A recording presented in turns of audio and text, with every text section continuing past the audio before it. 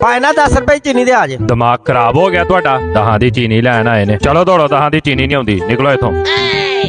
यार भाई ये दूध आपसे लिया था, ये वापस कर ले, बाजार से आ गया था। हाँ जी भाई, कोई टेंशन नहीं यार, वापस करना तो हम खुशी खुशी से करते हैं, कोई परेशानी नहीं यार। ये ले 50 रुपए आपके। शुक्रिया भाई। ਭਾਈ ਨਾ 100 ਦੀ ਚੀਨੀ ਦੇ ਆ ਜੇ। हाँ जी बिस्मिल्लाह जनाब, उरा करो। 100 ਦੀ चीनी ते ही ਅਸੀਂ खुशी देंगे ਤੁਹਾਨੂੰ। ਲਓ ਸਰਕਾਰ।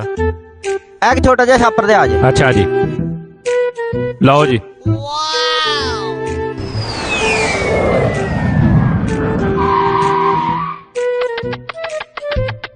ਭਾਈ ਨਾ ਚੀਨੀ ਲੈ ਲਓ, ਮੈਂ ਨਹੀਂ ਲੈਣੀ। बस ठीक हो गया भाई, चंगा वेला लब्बा अज मैनू। चीनी भाजी घट है, तुहां 90 रुपए की चीनी मैनू वापस की है। 90 रुपए तुहानू मैं वापस देने ने। हेलो 90 रुपए फड़ो तो निकलो। ਬੜੀ ਮਿਹਰਬਾਨੀ ਭਾਈ ਨਾ, ਮੈਂ 10 ਦੀ ਚੀਨੀ ਲੈ ਲਈ, ਮੈਂ ਜੇਬ 'ਚ ਪਾ ਲਿਆ। ਵੇਖ ਲੈ ਗੁਰੂ ਸਭ ਕੁਝ। ਜਿਹੜੇ ਸਿਆਣੇ ਕਹਿੰਦੇ ਨੇ ਰਿਜ਼ਕ ਔਰਤ ਦਾ ਮੁਕੱਦਰ ਹੁੰਦਾ ਹੈ। ਅੱਜ ਜਿੰਨੀ ਮਹਿੰਗਾਈ ਚੱਲ ਰਹੀ ਹੈ ਨਾ, ਹੁਣ 4 ਸ਼ਾਦੀਆਂ ਨਾਲ ਗੁਜ਼ਾਰਾ ਹੋਣਾ ਹੈ। ਇੱਕ ਨਾਲ ਤੇ ਭਾਜੀ ਕੰਮ ਹੀ ਨਹੀਂ ਚੱਲਦਾ।